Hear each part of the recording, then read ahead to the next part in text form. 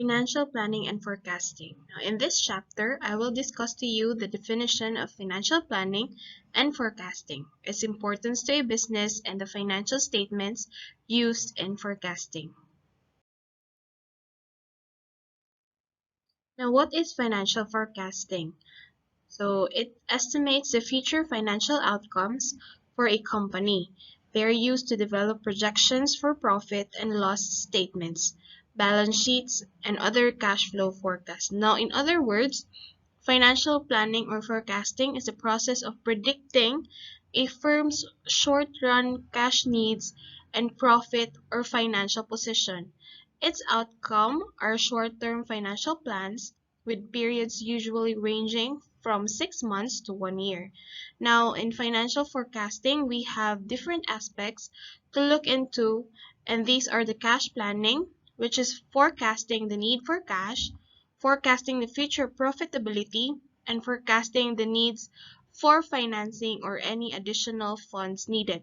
Now, after looking into these aspects, we can now create the three main financial statements of the company.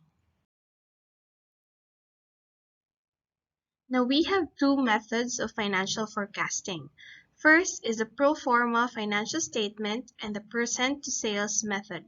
Now, the pro forma financial statement it is the method wherein sales are being projected and used to create the pro forma financial statements. Now, this method is more accurate but time consuming because of its long process. Now, the second method, that is the percent to sales method, this is a shortcut compared to the pro forma financial statement but less exact method in determining the financial needs of a company. It also assumes that the balance sheet account will maintain a constant percentage relationship to sales, which means the more sales the company generates, the more asset it requires, and as a result, it will also require more financing needs. Okay, now we have here the uses or importance of financial planning or forecasting. First off, it is very important because a firm's success in the long run depends on its ability to foresee and plan for its future. Now, in the short run, it has a certainty, that is, its ability to hedge against risk. Second, cash budget, which is one of the financial statement or one of the pro forma financial statement that will be used in forecasting, is a very important tool used to measure or control a firm's actual performance or expenditures. It is also used to determine borrowing needs.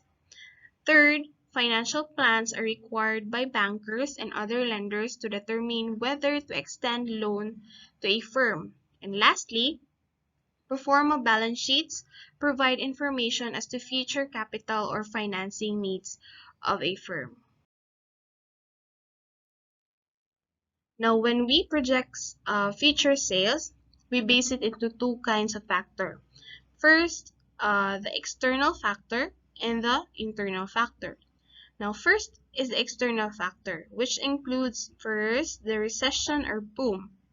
Now, this event could be the basis of a company when the economy is experiencing recession. Now, definitely the company would assume that less money is being circulated and hence a decrease in the sales generated by company. Now, when there is an economic boom, more money is being injected in the economy, hence there could be an increase in sales for certain companies. Now, next is economic factor. That goes the same with the recession or boom. Next is the competition.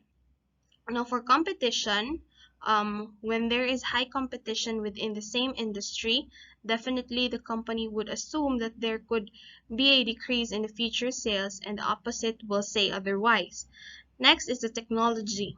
Now, for the technology, when a company adapts new technology, there could be an increase in production output, which will result to an increase in future sales. And lastly, the social or political climate. Okay, now this could be one of the factors, considering that social climate is a huge factor for a business to look into, to create more or to create or more networks for its future clients or customers, and as well as political climate.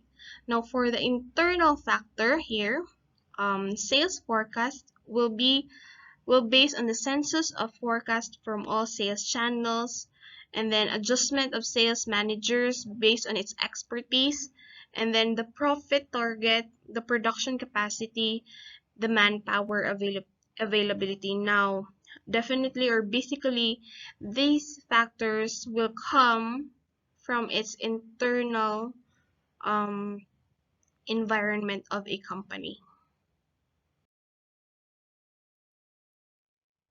Now, to begin with, in creating the financial forecasting, we need to do the first method.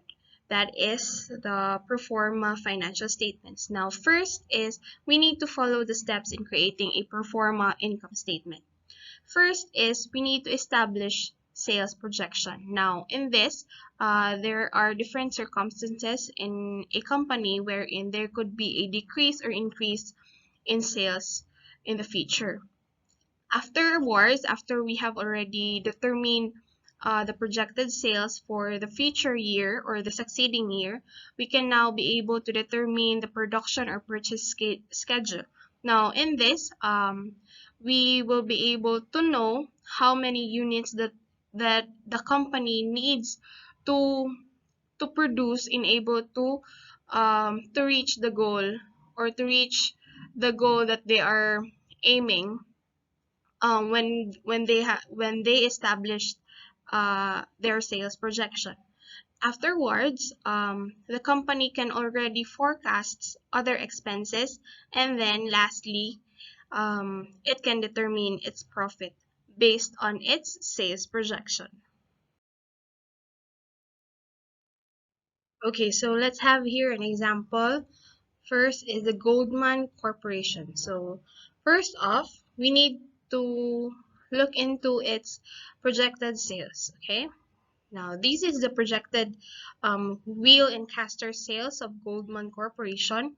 The wheel and caster here is the product of the corporation.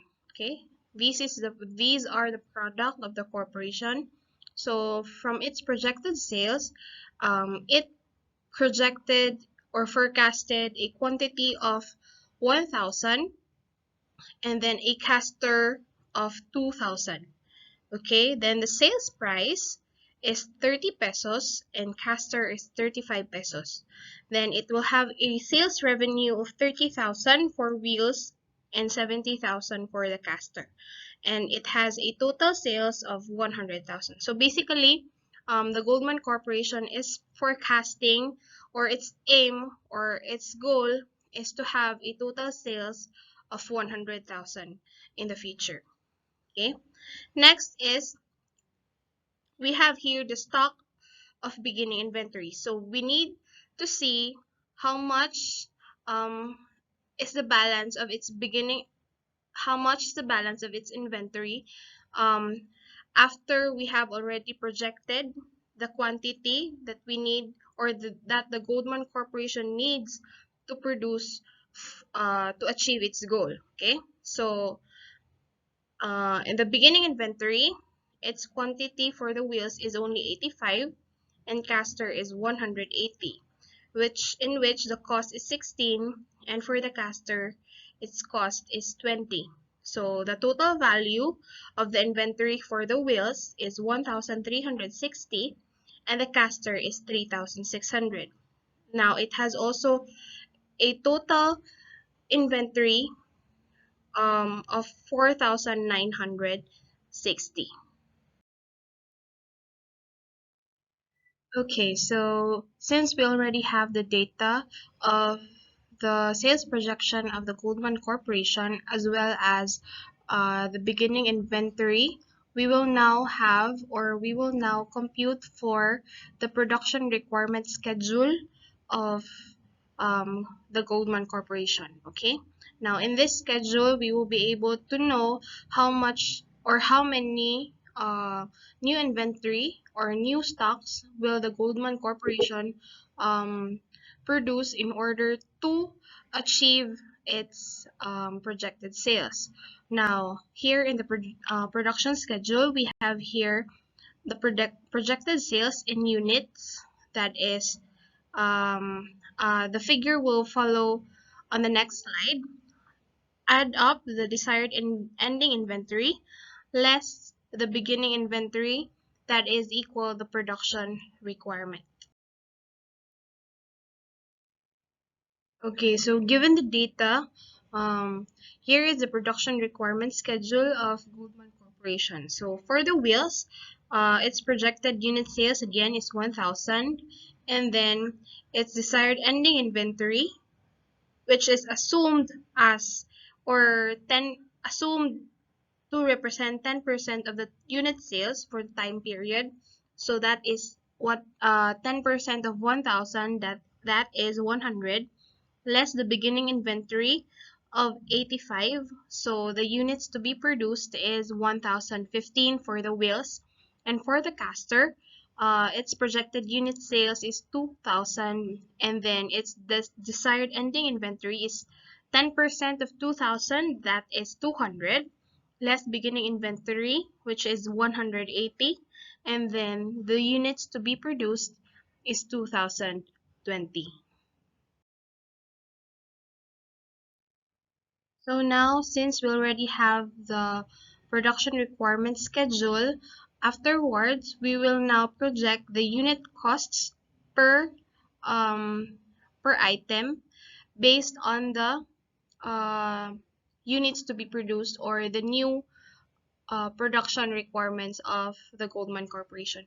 Now, in the new inventory, the unit costs for the wheels is the materials would be 10 pesos, labor 5 pesos, and overhead of 3 pesos, so a total of 18 pesos. While in the caster, its materials would cost 12 pesos, labor 6 pesos, and overhead is 4 pesos. So a total unit cost of 22 pesos. So since we already have identified the unit cost for the new units to be produced, or the units to be produced rather, we will now compute for the total projected production costs. So here, for the wheels, again, the units to be produced is 1,015. So the cost per unit is again 18 pesos, which has a total costs of 18,270. While for the caster, um, the units to be produced is again 2020, and the cost per unit is 22. So it has a total cost of 44,440 with a total combined cost of 62,710. Okay, so here is the detailed costing for the units to be produced of Goldman Corporation based on its projected sales.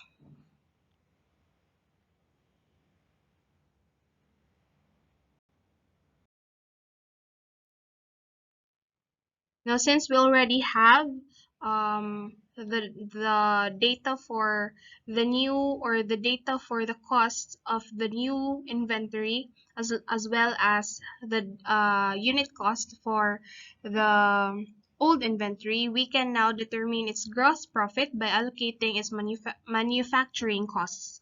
Now, first off, we need to have its quantity sold, that is 1,000 wheels, 1,000 units of wheels, and 2,000 units of caster. Now, in this data, we are assuming again that the Goldman Corporation is aiming to achieve its 100,000 pesos future or projected sales. Now, here for the sales price, again, the sales price for the wheels is 30 pesos, and for the caster it is 35 pesos. So it has a total revenue of 30,000 for the wheels and a caster of 70,000. So here, the Goldman Corporation has already achieved its goal to have a 100,000 future sales. Okay, now for the cost of goods sold, we have here old inventory, since again, at the beginning of the year, the Goldman Corporation has an ending inventory of 85, ending or the beginning inventory for the year, or the ending inventory for the previous year. So here, the Goldman Corporation has a beginning inventory for the current year of 85 units for the wheels and 180 units for the caster. And its costs here is 16, and then for the caster it's 20. So it has a total cost of 1,360 and 3,600 for the caster, with a total combined cost of 4,960. Now, since the beginning inventory for Goldman Corporation is not enough to um, to reach the units that the Goldman Corporation is aiming to sell. So we will now get its remaining units from its new inventory. So here we have a quantity of 915, that is 1000 minus 85. So here we have 915. For the wheels and caster, we have 1820. So that is 2000 less 180. Now, since these units are new inventories, are part of the new inventory, so basically this has a new cost, okay? Not the same with the costs from its old inventory. So here we have a new cost of 18 pesos and 22 pesos. So we have a total cost for the new inventory of 16,470 and 40,040, with a total combined cost of 56,510. Now add up uh, the cost for the old inventory, okay, here, plus the cost of the new inventory here. So add that up, we have a total cost of goods sold of 17,830 for the wheels and 43,640 for the caster, with a total combined cost of 61,470. Now the gross profit again is sales revenue less the total cost of goods sold. That is, for the wheels, we have a 12,170 and 26,360 for the caster, with a total combined gross profit of 38,530. Okay, so after we have calculated the gross profit of Goldman Corporation based on its projected sales, we will now look into the value of ending inventory. Now, how do we do it? First off is we will begin with the beginning inventory. Again, our beginning inventory, it has a cost of 4,960. Okay, that is the beginning inventory is also the old inventory of Goldman Corporation. So we have here 4,960. We will now add the total production cost, which is the 62,710 here, the 62,710, considering the units to be produced of Goldman Corporation. Okay, so 62,710. We have here the total inventory available for sale, a cost of 67,670, less the cost of goods sold used here. So we have here the 61,470 cost of goods sold for the 3,000 units sold for the wheels and caster, combined units sold. So we have here the 61,470, and then we have an ending inventory of 6,200. Okay, so now since we have already computed for the inventories of the Goldman Corporation, and we have already computed for its gross profit. Now, it is already time for us to create the pro forma income statement for Goldman Corporation given its projected sales of 100,000.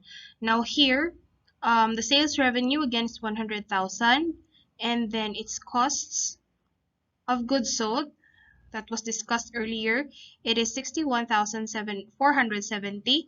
So we have here a gross profit of 38,530. Now assuming that the selling and admin expense for the period is 12,000, and then we have then an EBIT of 26,530, less an assumption again of interest expense of 1,500.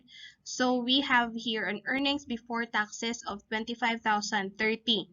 Now, the tax here is assumed as 20%. So 20% of 25,030, that is 5,006. So all in all, the net income for Goldman Corporation based from its projected sales is 20,024. Now here, the common stock dividend that was issued by the Goldman Corporation is assumed as 1,500. So that means that there is an additional retained earnings of 18,524. Because again, how do we compute for the additional retained earnings? It is net income less, so net income less common stock dividend or the payment of dividend. So 20,024 less 1,500. All in all, the additional retained earnings is 18,524. Now, after we have already created the pro forma income statement, we will now proceed to the cash budget. Now, what is a cash budget? It is a statement of the firm's planned inflows and outflows of cash that is used to estimate its short-term cash requirements. So here, we are going to present the cash budget as the direct method. So basically, that is cash inflow less the cash outflow. We will still use the Goldman Corporation as an example for a cash budget. Now again, we have here a projected total sales of 100,000, and assuming that this 100,000 will have a monthly distribution of cash receipts for 6 months, which is as follows. For January, we have here 15,000, Feb 10,000, March 15,000, April 25,000, May 15,000, and for June we have 20,000. Now for our next step, we will now create the monthly cash receipt schedule. Now for this schedule, it is assumed that 20% of the current sales is collected during the month and 80% is collected the following month. Now here, I will be presenting to you the monthly cash receipt schedule of Goldman Corporation. Now for the sales, we have here the total or the monthly distribution of the cash that is equal to the total projected sales of the corporation. Now, it is also assumed that from the previous year, by the month of December, the corporation has generated a total of 12,000 pesos of sales. Now, to compute the cash receipts, again, first assumption is that 20% of the current sales will be collected during the month. Now, here, 3,000, that is the 20% of 15,000. For February, the 20% of 10,000 is 2,000. Now, for March, the 20% of 15,000 is 3,000. For April, the 20% of 25,000 is 5,000.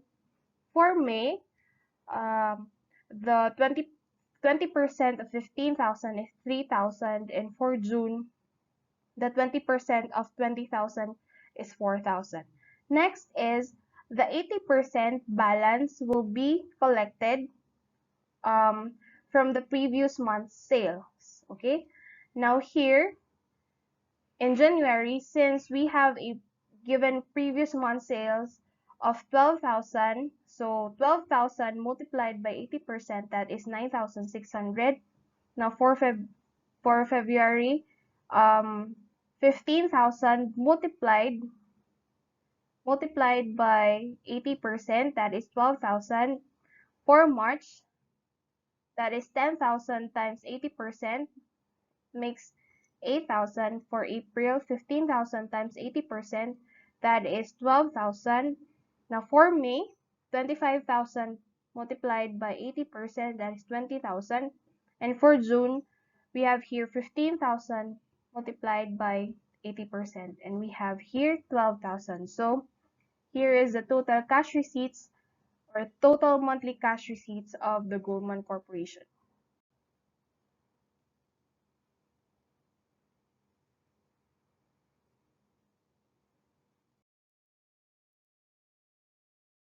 So the next thing we're going to do is to compute for the average monthly manufacturing cost. Now, in order to do so, we will first look into the allocation of manufacturing costs based on the units to be produced or the new inventory that was computed earlier.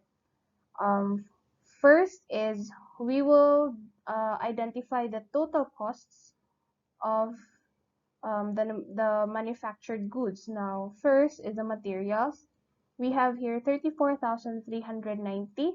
That is 10,150 for the wheels plus the 24,240 for the caster. Next is the labor, 17,195. That is 5,075 plus 12,120. For the overhead, that is 11,125. It is 3,045 for the wheels plus 8,080 for the caster. Now, since we are preparing the cash budget for Goldman Corporation for 6 months, so we are going to have a time frame of 6 months here. So since we're doing the averaging method, so we will now divide the total costs by the time frame of 6 months. So 34,390 divided by 6, that is 5,732. For the labor, that is 2,866. And for the overhead, that is 1,854. Now, since we're already done computing the average monthly manufacturing cost of the Goldman Corporation, we will now then proceed to the preparation of the schedule of cash payments. Now, this schedule is the cash outflow for our cash budget. Now we have here a set of assumptions that will be included in the preparation of our cash payments. First is that it is assumed that materials purchased on the current month will be paid on the following month. Then a new equipment will be purchased on the month of Feb, and selling and admin expenses will be distributed evenly throughout the 6 months. It is also assumed that taxes are paid quarterly and cash dividends is paid semi-annual. Okay, so here is the example. Here is the preparation or presentation of the Goldman Corporation's schedule of cash payments. Now, for the monthly material purchase, now, this is the average monthly material purchase of the Goldman Corporation as what was mentioned earlier. But if you multiply the 5,732 by 6, it will have an excess of 2 pesos. So, if you can observe here, by the month of May, there is only a 5,730 monthly material purchase that is only for the month of May. Now, next is for the payments.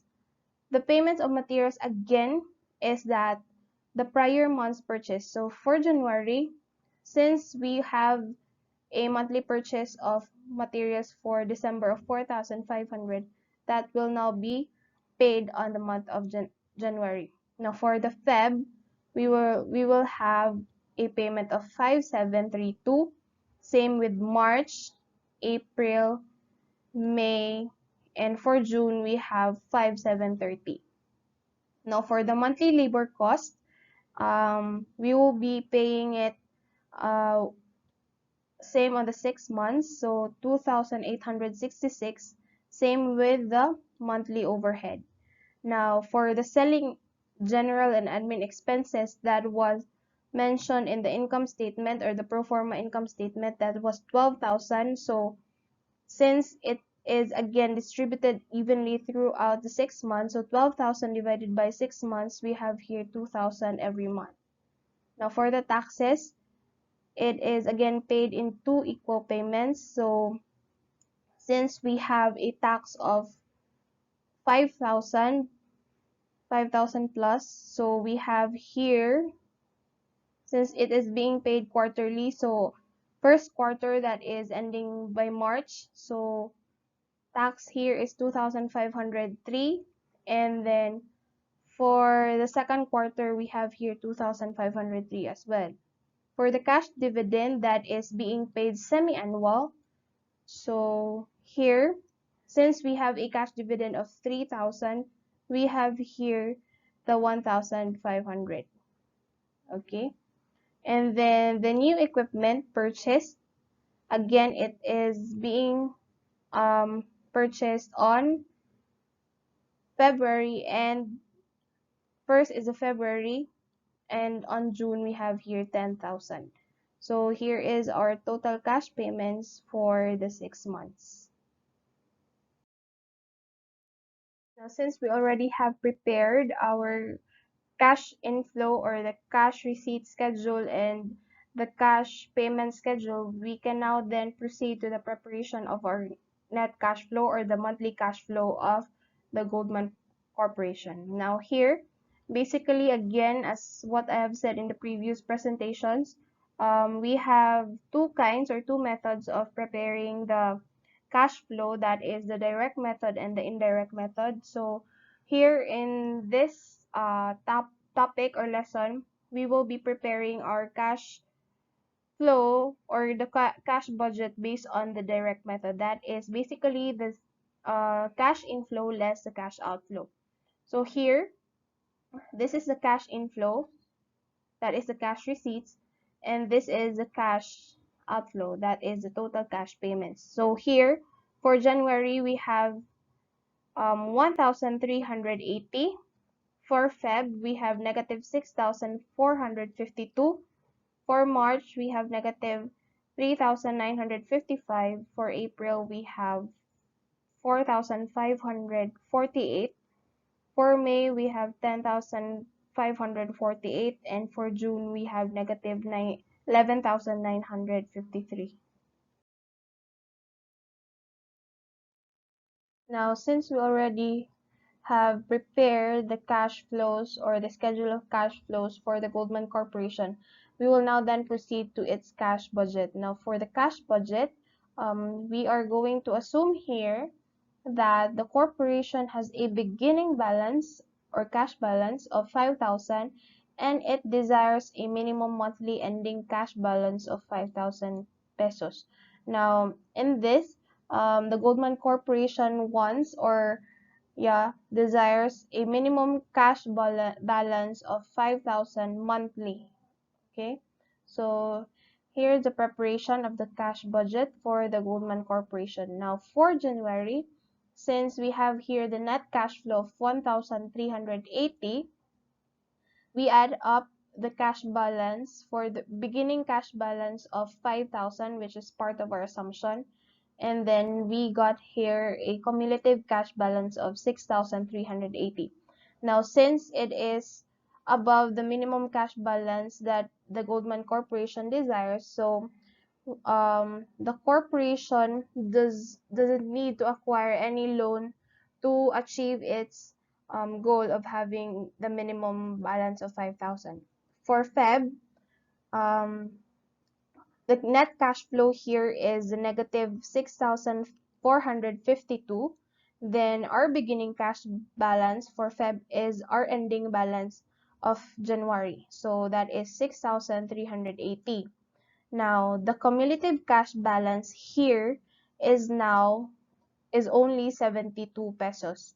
Now, since 72 pesos is um, below the minimum cash requirements of the Goldman Corporation, the Goldman Corporation will now then apply or acquire a loan in order to achieve its minimum cash balance of 5,000. So Goldman Corporation acquired a total loan of 5,072. Okay.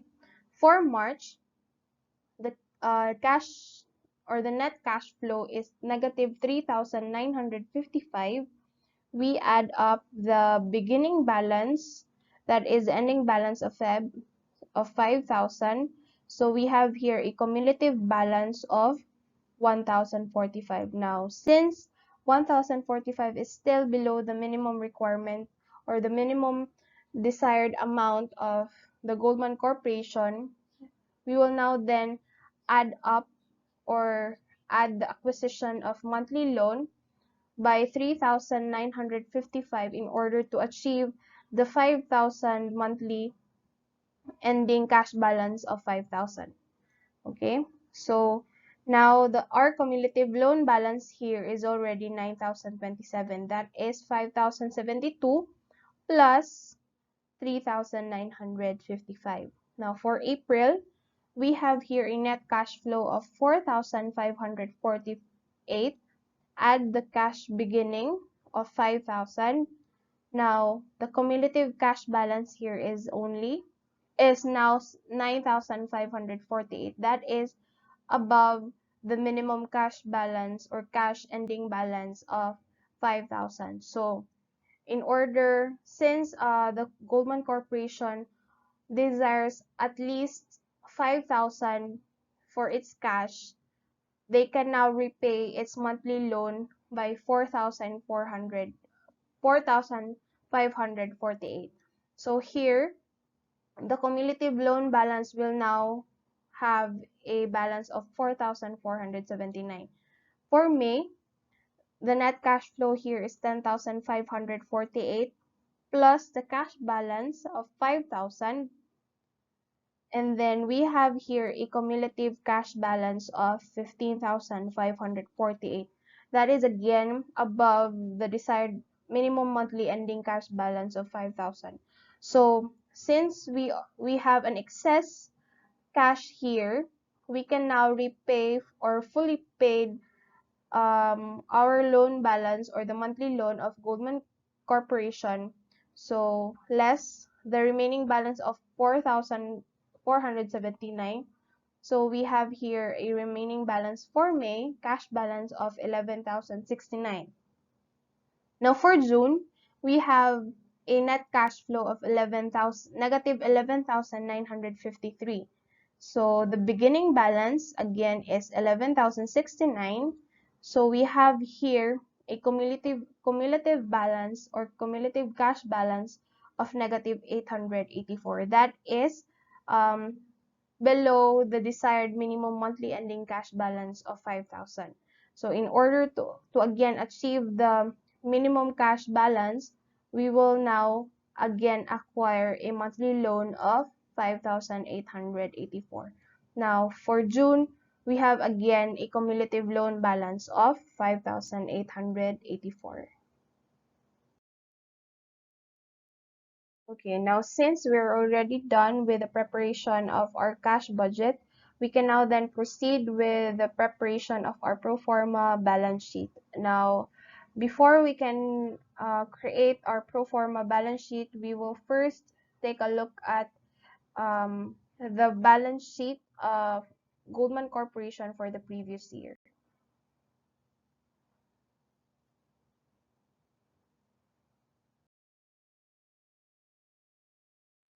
So now we can already present the pro forma balance sheet for Goldman Corporation as of June 2005 here. So we will now first examine each account that has a changes over the 6 months. So first off, we have here the accounts receivable. Now for the accounts receivable, there was an increase of um, amount from 9,600 in 2004 it has increased to 16,000 in June 2005. Why is that so? Because again, 20% of the current sales are collected on the same month, and then the remaining 80% will be collected on the succeeding month. Now, the 80% for the sales of June will be collected on the on the succeeding month. So that is, again, accounts receivable for June is equal to the sales for June multiplied by 80%. So that is 20,000 times 80%. So that is 16,000.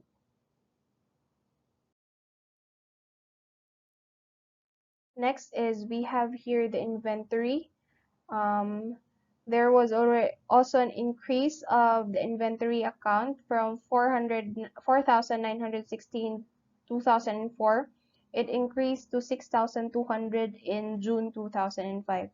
Now, this is because, again, of the ending inventory of 6,200 that was computed in the previous slide. Again, beginning inventory that was 4,960, add the total production costs of 62,710, so that is the total inventory available for sales, the 67,600, less the total cost of goods sold, that is 61,470.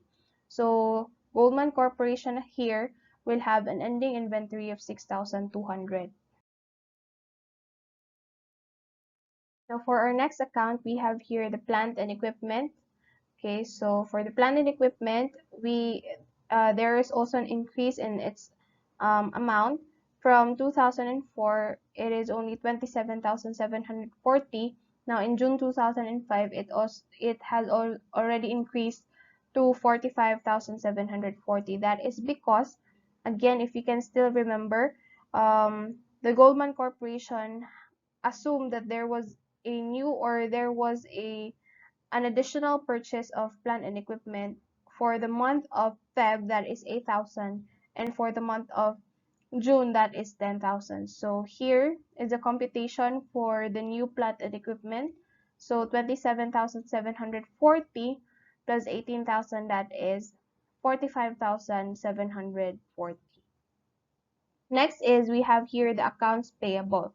Now for the accounts payable, there was also an increase in the amount from 4,500 to 5,732. That is because, again, of the assumption that the payment of materials purchased on the current month will be made on the succeeding month. Now, again, the materials purchased, total materials purchased for the month of June was 5,732. So that is why we have here a total accounts payable of 5,732. Next is the notes payable. Now for the notes payable, if you can still remember, again, of the assumption that this was due to the monthly loan availed by the corporation and as a result from the desire of the corporation to have a minimum ending cash balance of 5,000. So the company or the corporation has availed a total of 5,884 notes payable in order to compensate the minimum or the desired minimum ending cash balance of 5,000.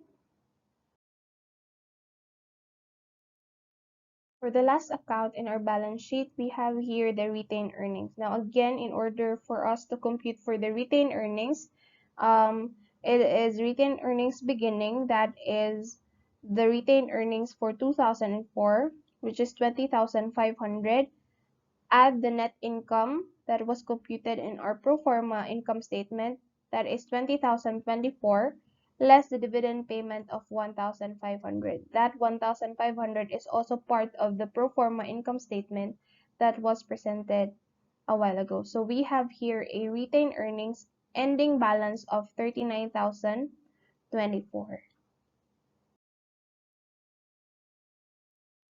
Now, since we're already done in the first method of forecasting, we will now then proceed to the second method. That is, again, the percent to sales method. Now, for the percent to sales method, it is a shortcut or less exact method of determining financing needs. It is also assumed that the balance sheet accounts will maintain a constant percentage relationship to the sales. Now, the more sales will mean more assets will require more financing. Now, in our percent sales method, we will be using the Howard Corporation as our example. So here is the balance sheet of the corporation. So again, since we're doing the percent to sales, we have here an assumption of $200,000 sales. So the cash, or yeah, the asset part will be then divided to its sales, because again we are doing the percent to sales method. Now here is the result for our percent to sales method. For the cash, it is 2.5% of the sales, accounts receivable 20%, inventory is 12.5%, and then the total current asset equals 35% to the sales, and then equipment, that is 25%, and then we have here a total asset of 60%. Now for the accounts payable, it is 20% of the sales, and then the accrued expenses is 5% of the sales. That is the total current accounts payable is 25,000 of the total sales. Now, after computing for the percent to sales balance sheet of Howard Corporation, we can now then proceed to the computation of our AFN, that is the additional fund needed. Now, before that, we will first define the additional fund needed. So, what is AFN? Now, that is the amount of external capital, which is interest-bearing debt and preferred and common stock, that will be necessary to acquire the required assets. Now, in order for us to get the additional fund needed, we need to have the AFN equation. Now, what is an AFN equation, or what is the equation? That is, AFN is equal to the projected increase in asset less spontaneous increase in liabilities less increase in retained earnings. Now, how are we going to do it? First is the projected increase in asset is equal to the asset divided by its total sales multiplied by the change in sales. For the spontaneous increase in liabilities, that is the total liabilities, or the current operating liabilities divided by the total sales, multiplied by the changes in sales. Now, for the increase in retained earnings, that is M, that is the profit margin, okay? Profit margin times the S sub 1, that is the sales for the projected sales, multiplied by 1 minus the payout. Now, the payout here is the dividend payout ratio, okay? Now, what is this equation all about? It shows that the relationship of external funds needed by a firm to its projected increase in asset, the spontaneous increase in liabilities, and its increase in retained earnings. Okay, now let's go to the example of the AFN equation. So again, let's use the Howard Corporation as our example. Now let's compute for the AFN equation of Howard Corporation. So again, AFN is equal to A sub 0 divided by S sub 0 multiplied by the changes in sales. Now, the changes in sales here is the projected sales less the total current sales. Now, here in this example, we are going to assume that the projected sales for Howard Corporation is 300,000. Okay? So from 200,000, the Howard Corporation projects a sale of 300,000. Okay, so next, less L sub 0 divided by S sub 0 multiplied again by the changes in sales less the M, or the profit margin, times sales, that is the projected sales, multiplied by 1 minus the payout ratio. Now let's transform it into figure. AFN is equal to the assets A sub 0, that is 120. So here is the 120, that is the total asset, divided by sales, that is 200. And then the changes in sales, again, that is 300,000 minus 100,000, so that is 100, less 50, that is the liabilities, or the current operating liabilities. So again, the current operating liabilities only includes accounts receivable and accrued expenses for this purpose. Okay, so again, we are not going to include the notes payable, since notes payable is an interest bearing debt. So divided by 200, again, that is the total sales, multiplied by the changes in sales, that is 100, less the profit margin, that is 60. Again, how are we going to compute for the profit margin? That is net income divided by sales. So for this example, we have a 66% profit margin multiplied by S sub 1, that is the projected sales of 300,000, multiplied by 1 minus zero point 0.5. The zero point 0.5 here is the dividend dividend payout ratio. So we have here an AFN of 26,000. Now, in the case of full capacity, any dollar increase in sales will necessitate a 35% increase in current asset and 25% in PPE.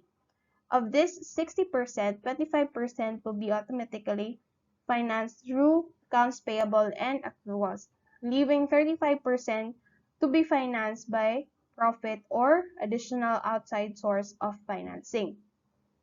Now again, the assumption is if the sales increase from 200 to 300,000, the 100,000 increase in sales will necessitate 35,000, that is 35% in additional financing. Now since we will earn 6% on total sales of 300,000, we will show a profit of 18,000. With a 50% dividend payout, 9,000 will remain for internal financing. Now this means 26,000 out of 35,000 must be financed from outside sources. Now, since we're already done in computing the AFN equation, so we can now then assess if that 26,000 is already enough to finance its additional funding, given or assuming that the company will have a full capacity operation for its succeeding operation. Now, first, we're going to compute for the full capacity requirement. So that is actual sales divided by the percentage of capacity at which fixed assets were operated. So it is assumed here that 96% of the sales was used to generate the sales. Meaning to say 96% of the fixed asset were used to generate the sales of Howard Corporation. Now for the full capacity, we have here 200,000 divided by 0.96. So that is 208,333.33. Okay, so afterwards, we can now get the targeted fixed asset per sales. So that is actual fixed asset divided by the full capacity sales. Now, our actual fixed asset again was 50,000 divided by the full capacity sales of 208,333.33. So we have here a target fixed asset per sales of 24%. Now, the required level of fixed asset would be equal to the 24% of 300,000. That is 24%, which is the target fixed asset per sales, multiplied by the projected sales, which is again 300,000. So we have here a required level of fixed asset of 72,000. Now therefore, sales could increase to 208,333.33 with no increase in fixed asset, and a sales increase to 300,000 would only require 72,000 of fixed asset. Okay, so now we can see that the actual required increase is only 72,000. or by 22,000, which is a decline of 3,000 from the 26,000 computed AFN previously. Okay, so again, this lowers the required AFN by 3,000, so from 26,000 to 23,000 only. So after computing for the AFN equation, we can now then proceed to the preparation of our projected balance sheet. Now for our projected balance sheet, as you can see here, the actual percentage to sales are again assumed that it will be held constant for the projection of the balance sheet. So if you can observe here, the percentage are still the same with the percent to sales method of Howard Corporation in the previous year. Okay, so again, these figures here, okay, these figures here are based on the projected sales of 300,000. So 300,000 multiplied by this will have an equal figure of, for the total asset, 180, and for the total liabilities and equities, it is also 180. So that's it. So thank you for listening, and um, that is all for the financial forecasting. So if you still have time, you can read the book that was provided to you. So you can read chapters 16 and 17 for this topic. Thank you.